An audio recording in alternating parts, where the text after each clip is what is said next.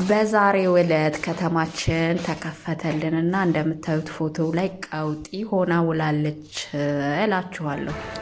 ሰላም እንዶችዬ እንዴት ናችሁ? ሁሉ ሰላም፣ ሁሉ መልካም። በእኔ በኩል ሁሉ ሰላም ነው አለሁላችሁ። ዛሬ እንግዲህ ሁላችሁ እንደዚህ አይነት ቦታ ነው የምገኘው።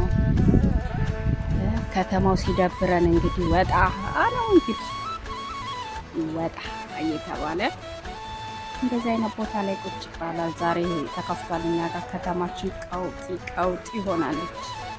ስለዚህ ከእነሱ ጋር ከመጋፋት እናቴ ወጣ ማንኮረና ይያዛል።